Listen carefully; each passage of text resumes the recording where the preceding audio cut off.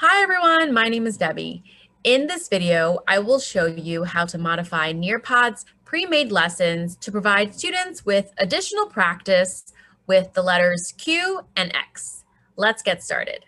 After you have signed in to your Nearpod account, on the left side, you're going to click Nearpod Library. You will have access to all of the pre-made lessons, activities, and videos that are on Nearpod. And you can filter it by activity type, standards, subjects, and grades. If you know exactly what you are looking for, you can type the keywords into the search bar. We are going to search for letter Q. And now I'm going to filter it by grade since this is a kindergarten lesson. And I can see some activities as well as some lessons that are about the letter Q. This one looks pretty promising, so I'm going to click Preview Lesson to take a look at what the lesson is. So now you can preview the lesson by clicking this arrow here and look through all of the slides to see if any of the slides will work for your lesson.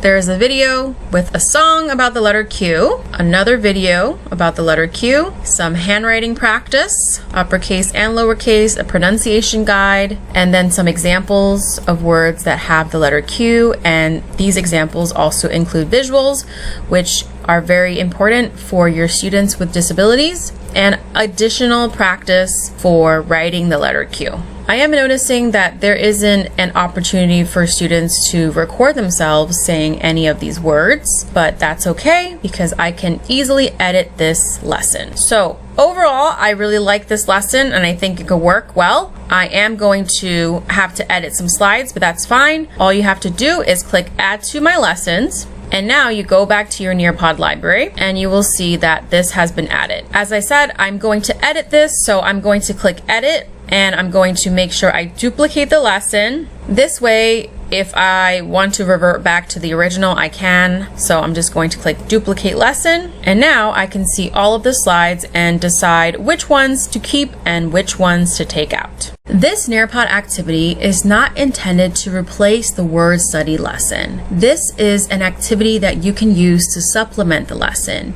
You can either use it as a preview of the letter sounds, or you can use it as additional practice after the lesson has been completed. You are giving students additional opportunities to practice writing the letters, as well as reading some words that have the letters in them. So you can take out any unnecessary slides. For example, this slide here that tells the different parts of the lesson will not be necessary. Also, double click here. You will see that there is a slide for teacher materials and preparations and learning objectives. You can just delete this because you are already teaching the lesson. All you have to do is click on the slide and click delete. I'm just deleting all of the slides that have extra information about the different parts of the lesson. We don't need them. I'm also envisioning this activity being done asynchronously. Perhaps you assign this activity to a specific group of students while you are working synchronously with another group of students.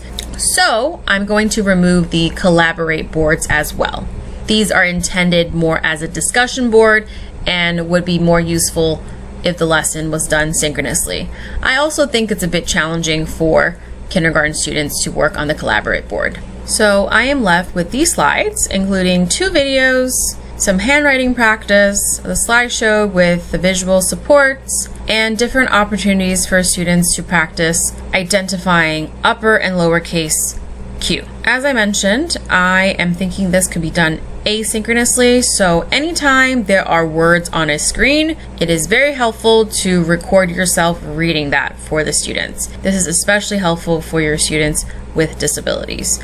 All you have to do is double click on the slide. After that opens up, you can edit it. Click audio recorder, and just record yourself reading the slide. So I have recorded myself reading the directions, and all I have to do now is click save. Then you will click save and exit. And when students are doing this activity, they will be able to click play and listen to you reading what is on the screen. So you can repeat this for any of the slides that have a lot of words on it, where students would benefit from listening to you read the words aloud, as well as this slide in particular, sound of Q. Students need to be able to hear the sound, so make sure that you double click on this one and record yourself saying the Q sound, which is Q. So I recorded the directions and made sure to pronounce the sound that QU makes. Q, and together they say Q. And now we're going to click save and exit again. So just repeat the process for any slides where students would need it read aloud to them. This also applies to the different activities. For example, for this draw it activity, there are directions, but students would benefit from hearing the directions read aloud.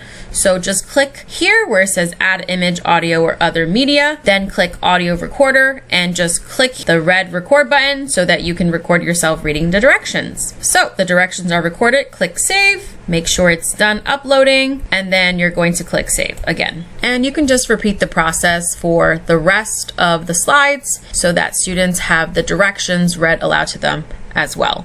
I mentioned earlier that there was a component that is missing, which is students actually practicing reading words with the letter Q in them. So I'm going to click add slide here, and I'm going to click activity, and I'm going to do an open-ended question. So click on open-ended question, and now you are going to make sure you enable student audio recordings.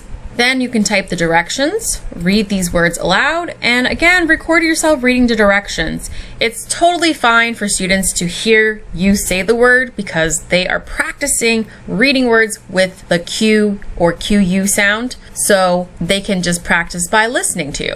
So record yourself reading the directions, including the words. Then click save, and now students will be able to listen to you read the words aloud and then practice reading it aloud. They can record themselves reading it, and then they can play it back to make sure that what they're saying matches what they heard. So now we can click save, and students will have an opportunity to practice reading some words that have the Q sound in them. This is a great place to modify. If you think this is too long for your students, feel free to take out more of the slides. Okay, but for now, let's say we are finished. We included a poll in the beginning to check in about how much they already know about the letter Q, and then a poll at the end to check in again with them to see how they feel about reading and writing the letter Q. So now we are going to click save and exit. And then to assign it to your students, you can just click student paste and share the code with them as well as the link with them. I'm turning on require student responses to prevent them from skipping. Then you can repeat the same process with the letter X.